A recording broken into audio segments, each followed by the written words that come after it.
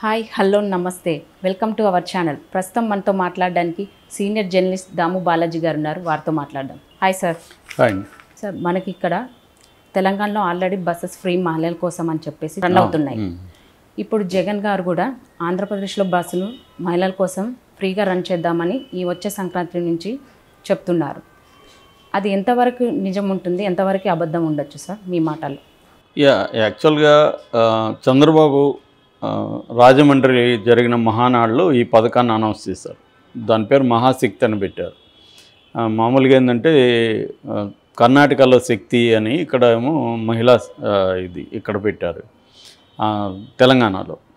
అట్లాగే తమిళనాడులో ఉంది, ఢిల్లీలో ఉంది, పంజాబ్లో ఉంది ఇప్పటివరకు మన దేశంలో. ఇది మనం ఆల్రెడీ ఈ టాపిక్ మాట్లాడాం. ప్రపంచవ్యాప్తంగా ఫస్ట్ లగ్జంబర్గ్లో ఈ పథకం పెట్టారు. అంటే పబ్లిక్ ట్రాన్స్పోర్ట్లో మహిళలకి ఫ్రీగా. అయితే చాలా దేశాల్లో అవి సక్సెస్ కాలేదు, లాంగ్ టర్మ్లో ప్రాబ్లమ్స్ వచ్చాయి. బట్ ఇక్కడ తమిళనాడులో సక్సెస్ఫుల్గా రన్ అవుతుంది, కర్ణాటకలో అవుతుంది. ఇక్కడ కూడా ఇప్పుడు ఇనిషియల్ ప్రాబ్లమ్స్ కొన్ని వస్తున్నాయి, దాన్ని అధిగమించడానికి ఇక్కడ కూడా ట్రై చేస్తున్నారు.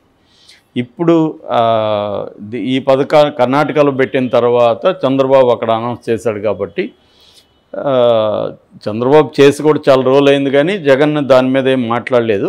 అయితే ఇక్కడ తెలంగాణలో ఎప్పుడైతే చేశారో, ఎందుకంటే బార్డర్ మనకు తెలంగాణ, కర్ణాటక, తమిళనాడు, ఆంధ్రప్రదేశ్కి బార్డర్ ఉంటుంది కాబట్టి ఈ రాష్ట్రాల్లోకి వెళ్ళే వాళ్ళు బార్డర్ వరకు ఫ్రీగా వచ్చి బార్డర్ తర్వాత మళ్ళీ డబ్బులు పెట్టుకోవాలి. సో ఇవి జరుగుతున్నప్పుడు దాని ఇన్ఫ్లుయెన్స్ ఉంటుంది కదా ఆ గ్రామాల మీద, వాటి మీద అంతా ఉంటుంది. సో ఇది ఇక్కడ సక్సెస్ అయ్యేసరికి చంద్రబాబు రేపు పొద్దున ఈ పథకాన్ని అనౌన్స్ చేస్తే మహిళలంతా చంద్రబాబుకు ఓట్లేస్తారేమో అన్న ఒక భయం జగన్ ప్రభుత్వానికి వచ్చింది. దానివల్ల జగన్ కూడా ఆయన వచ్చినప్పుడు చేసేది ఏంది, నేను ఇప్పుడే చేస్తాను అన్నట్టుగా ఆయన చేయబోతున్నాడనే కథనం వచ్చింది. ఇది పాజిబుల్ అయితే నేను అనుకోవడం చేస్తాడని అనుకుంటున్నాను. ఎందుకంటే ఇది మహిళల పర్సంటేజ్ బలంగానే ఉంది. మన ఆంధ్రప్రదేశ్లో చూసుకుంటే రోజుకి 40 లక్షల మంది ఆర్టీసీ బస్సుల్లో ట్రావెల్ చేస్తున్నారు. అందులో 15 లక్షల మంది మహిళలు ఉన్నారు. దాదాపు 10 లక్షల బస్ పాసులు ఉన్నాయి. అందులో కూడా 3-4 లక్షలు విద్యార్థినులు, మహిళలు పాసులు ఉన్నవాళ్ళు. సో ఇంత పాపులేషన్ వెళ్తున్నారు మహిళల్లో, అంటే 15 లక్షల మంది. వాళ్ళ ఇన్ఫ్లుయెన్స్తో మళ్ళీ వాళ్ళ ఇండ్లలో కూడా ఇన్ఫ్లుయెన్స్ పడుతుంది కదా. ఒక ఇంట్లో మహిళ ఫ్రీగా ఇస్తున్నారంటే ఆ ఇంట్లో కూడా కొంత పాజిటివ్ పడే అవకాశం ఉంది. ఇవన్నీ లెక్కలేసుకొని జగన్ ఏం చేస్తున్నాడంటే రహస్యంగా CMO and GAD general administration అధికారులు, సిఎంఓ అధికారులు, ఆర్టీసీ అధికారులతో చర్చలు జరుపుతున్నారు. 2-3 బృందాలు తమిళనాడుకు, కర్ణాటక కూడా వెళ్ళాయి.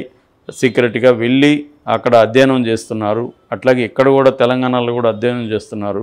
అంటే ఆంధ్రప్రదేశ్లో ఈ పథకాన్ని ఎలా పెట్టాలి, తమిళనాడులో, కర్ణాటకలో, తెలంగాణలో ఎలా ఉంది, అక్కడ వస్తున్న ఇబ్బందులు ఏంటి, ఆ ఇబ్బందులు రాకుండా ముందే మనం ఎలాంటి జాగ్రత్తలు తీసుకోవాలి, ఇవన్నీ అధ్యయనం చేస్తున్నారు అని చెప్తున్నారు. సంక్రాంతి నుంచి ఈ పథకం పెట్టే అవకాశం ఉంది.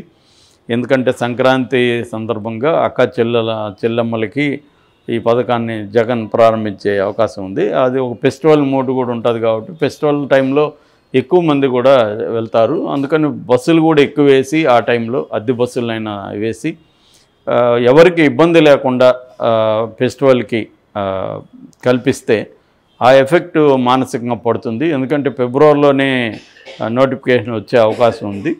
ఈ ఎఫెక్ట్ వల్ల కొంత పాజిటివ్గా ఓటు టర్న్ అయ్యే అవకాశం ఉంది.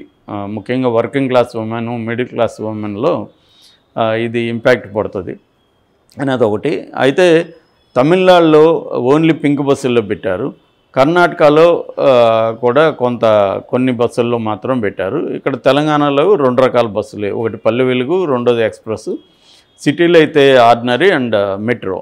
సో అక్కడ ఇంకా పెంచి కొంత లగ్జరీ బస్సులు, డీలక్స్ బస్సుల్లో కూడా పెంచితే విమెన్కి ఇంకా ఈ ఫ్రీగా అనేక బస్సులు వెళ్ళచ్చు. ఇప్పుడేమవుతుందంటే లగ్జరీ ఇవన్నీ ఖాళీగా వెళ్తున్నాయి. ఇక్కడ ఈ బస్సులేమో కెక్కిరిసిపోయి ఉమెన్కి వాళ్ళకు కూడా చోటు ఉండట్లేదు. చాలామంది వీడియోలు బయటకు వచ్చాయి, ఏడుస్తున్నారు. లాస్ట్ బస్సు వెళ్ళిపోతుంది వాళ్ళ విలేజ్కి. ఇంకా ఆ టౌన్లో వాళ్ళు ఎక్కడ ఉండాలి, ఏం చేయాలి, బస్సులో సీట్ లేనప్పుడు అలాంటి ఏడుస్తున్న విమెన్ వాటి వీడియోలు బయటకు వచ్చాయి. సిటీలో కూడా ఏంటంటే రోజు ఉద్యోగానికి పోయే మహిళలు వాళ్ళకి ఛార్జీలు అనేది పెద్ద ఇబ్బంది కాదు, కానీ వాళ్ళకి లాంగ్లో వెళ్ళాలి, ఆ రూట్లో మెట్రోలు ఉండవు, బస్సులో వెళ్ళాలి. అలాంటప్పుడు ఈ ఫ్రీ వల్ల ఎక్కువ విమెన్ ఎక్కేస్తున్నారు, చాలా అవసరం లేకపోయినా ఎక్కుతున్నారు. మొన్నెవరు నీళ్లు తాగడానికి 50 కిలోమీటర్లు వెళ్ళిన మహిళనే ఒకటి పెట్టారు. అంతకుముందు చార్మినార్ చూడడానికి ఒక మహిళ వెళ్ళి టికెట్ పెట్టి మీరు కూడా రండి చూడండి అని ఆమె పెట్టింది. ఇలాగా పని కాగా అవసరం ఉన్నా లేకపోయినా వెళ్తున్నారు అనేది ఒక విమర్శ ఉంది. ఏదేమైనా వెళ్ళినా ఇప్పుడు వాళ్ళు ఏ అవసరం కోసం వెళ్తున్నారు అనేది అడగలేరు కదా, ఎవరైనా కూడా వెళ్ళమని చెప్పినప్పుడు వాళ్ళ ఇష్టం వెళ్తారు. కానీ ఎన్ని రోజులు వెళ్తారు? అలాగా కొద్ది రోజులకి వాళ్ళే బోరు కొట్టచ్చు, వాళ్ళకి విసుగు రావచ్చు, ఆగిపోతుంది ఎప్పుడైనా. ఏదేమైనా ఒక పథకం పెట్టినప్పుడు దాంట్లో కొన్ని నెగిటివ్ ఆస్పెక్ట్స్ ఉంటాయి, పాజిటివ్ ఉంటాయి. ఓవరాల్గా ఈ పథకం ఉద్దేశం ఏంటంటే ముఖ్యంగా స్త్రీలకి మొబిలిటీ పెంచడం, స్త్రీలని పబ్లిక్ ప్లేసుల్లో ఎక్కువగా తిరగడానికి అలవాటు చేయడం, దాని ద్వారా రకరకాల స్కిల్స్ డెవలప్ అవుతాయి, పబ్లిక్తో డీల్ చేసే స్కిల్స్ అవంతా ఇంట్లో పరిమితం కాకుండా. అట్లాగే కొంత ఎంపవర్మెంట్ కూడా వస్తుంది. అంటే ప్రతిదీ బయట అంటే మగవాడే పోయి బయట డీల్ చేయడం అనే దగ్గర అది ఆగిపోయి విమెన్ కూడా డీల్ చేయగలము అనేది వచ్చినప్పుడు ఉమెన్కి ఒక ఎంపవర్మెంట్ అనేది వస్తుంది. మగవాళ్ళు కూడా తమ మీద వీళ్ళు డిపెండ్ అవుతున్నారన్న ఒక ధోరణితో వాళ్ళని కొద్దిగా తక్కువగా చూసే ఇది ఉంటుంది. వీళ్ళు ఇప్పుడు మేము కూడా పోయి పనులు రాగలుగుతాం అన్న కాన్ఫిడెన్స్ ఉంటే మగవాళ్ళల్లో కూడా ఆటోమేటిక్గా కొంత రెస్పెక్ట్ పెరిగే అవకాశం ఉంది. రెండవది, వర్కింగ్ క్లాస్ ఉమెన్కి ఈ ఛార్జీలు అనేవి భారంగా ఉన్నాయి. వాళ్ళు అందుకని తమ ఉన్న ప్లేసుల్లోనే ఏదో ఒక పనులు ఎత్తుక్కుంటున్నారు. ఈ ఫ్రీ చేయడం వల్ల ఏంటంటే ఎక్కడ మంచి డిమాండ్ ఉందో అక్కడికి ట్రావెల్ చేయగలుగుతారు. ఈ రకంగా వాళ్ళ ఆదాయాలు పెరుగుతాయి. ఇవైతే కరెక్ట్గా జరిగే అవకాశం ఉంది. అందువల్ల ఇవన్నీ అక్కడ జగన్ కూడా ఆలోచించి ఇక్కడ ఏమేమి ప్రాబ్లమ్స్ ఉన్నాయి అనుకున్నప్పుడు ఇక్కడ బస్సుల సంఖ్య పెంచాలి, సరిపోవట్లేదు. ఆక్యుపెన్సీ ఇంతకుముందు 68% అలా ఉంటే ఇప్పుడు అది 80% వరకు కూడా ఆక్యుపెన్సీ వెళ్ళింది యావరేజ్లో. కొన్ని పీక్ అవర్స్లో అయితే అసలు సీట్లు ఉండట్లేదు, నిలబడడానికి కూడా ఎవరు ఎక్కట్లేదు, వేలాడుతున్నారు, ఆల్రెడీ విజువల్స్ వస్తున్నాయి. సో అందువల్ల బస్సుల సంఖ్య ఎంత పెరగచ్చు? సో ఇక్కడ 12% పెరిగింది ఫ్రీ అయినాక. ఆంధ్రప్రదేశ్లో కూడా 10 to 12% పెరుగుతుంది. కాబట్టి ఈ రద్దీని తట్టుకునే విధంగా మనం బస్సుల సంఖ్యను పెరిగితే ఆ నెగిటివ్ ఇది కూడా మన మీద ఉండదు అనేది అక్కడ సీఎంఓ అండ్ జిఏడ్ అధికారులు వర్క్ చేస్తున్నట్టుగా చెప్తున్నారు. ఇదంతా అయినాక నివేదిక ప్రభుత్వానికి సమర్పిస్తారు. దాన్ని బేస్ చేసుకొని సంక్రాంతికి పథకాన్ని అమలు చేస్తారు. అట్లాగే ఇక్కడ ఐడి కార్డులు పెట్టారు. ఐడి కార్డులు అంటే లోకల్ వాళ్ళకే ఈ పథకం అని చెప్పారు. ఢిల్లీలో ఏమో అట్లా లేదు. ఢిల్లీలో ఏ మహిళ అయినా ఏ బస్సు అయినా ఎక్కచ్చు, ప్రైవేట్ బస్సులు కూడా అక్కడ ఎక్కచ్చు. ప్రైవేట్ బస్సులకి రియంబర్స్మెంట్ ఉంటుంది. ఆంధ్రాలో కూడా కొన్ని టౌన్లలో ప్రైవేట్ బస్సులు ఉన్నాయి, సిటీ బస్సులు. అట్లాగే బయట కూడా కొన్ని ప్రైవేట్ బస్సులు ఉన్నాయి. సో వాటిలో అలో చేయాలా లేదా ఇవన్నీ కూడా వర్కౌట్ చేస్తున్నట్టుగా తెలుస్తుందన్నమాట.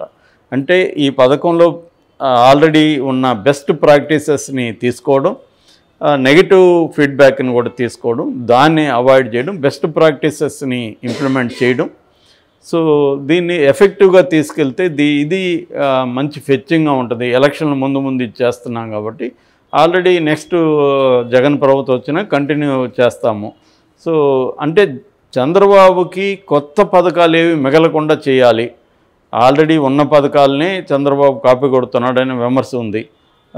ఈయన ఇస్తున్న వాటిని మొన్న కూడా లోకేష్ ఇంటర్వ్యూలో కూడా అక్కడ నవరత్నాలనే మేము ఇక్కడ 6 గ్యారంటీల పేరుతో ఇస్తామని చెప్తున్నారు. సో ఇలాగా ఏంటంటే కొత్తగా ఎగ్జైట్ చేసే పథకాలు ఏవి చంద్రబాబుకు మిగలకుండా చేద్దాము. ఇది కానీ ఉంటే చంద్రబాబుకి ఇది పెచ్చు అవుతుంది అనేది జగన్ ఆలోచిస్తున్నట్టుగా తెలుస్తుంది. ఎందుకంటే జగన్కి వేడి పుట్టినట్టుగా అందరూ చెప్తున్నారు. ఇంతవరకు ఏంటంటే మన పథకాలే మనల్ని గెలిపిస్తాయని ఒక ధీమాతో ఉన్నాడు జగన్. తెలంగాణలో అది జరగలేదు. ఇక్కడ పథకాల మీద పెద్ద వ్యతిరేకత లేదు, అభివృద్ధి మీద ప్రజలకు పెద్ద వ్యతిరేకత లేదు. ఓన్లీ ఏంటంటే ఒక కొత్త పార్టీని, కొత్త బ్లడ్ని, కొత్త నాయకత్వాన్ని ఇక్కడ కోరుకున్నారు. అందుకే రేవంత్ రెడ్డికి పట్టం కట్టారు. రెండోది ఏంటంటే ఇక్కడ ఆల్రెడీ కేసీఆర్ మీద వ్యతిరేకత ఉంది, ఆయన ఫంక్షనింగ్ మీద వ్యతిరేకత ఉంది. ఆయనకి అహంకారం అని, అరోగెన్స్ అని, ఎవరిని పట్టించుకోవడని, ప్రత్యర్థుల్ని అత్యంత దారుణంగా తొక్కేస్తాడని ఇలాంటివి ఉన్నాయి. జగన్కి కూడా అలాంటి ఉన్నట్టుగా ప్రచారం జరుగుతూ ఉంది. సో అందువల్ల జగన్లో కూడా వేడి పుట్టి ఓన్లీ పథకాలని నమ్మకుండా అనేక వ్యూహాలని రచించాలి, అన్ని రకాల ఆయుధాలని సిద్ధం చేసుకున్నట్టుగా అర్థమవుతుంది. అందులో ఇదైతే ఖచ్చితంగా జగన్కి ఫెచ్చింగ్ అయ్యే అవకాశం ఉంది. మరి ఏం జరుగుతుందనేది చూడాలి మనం.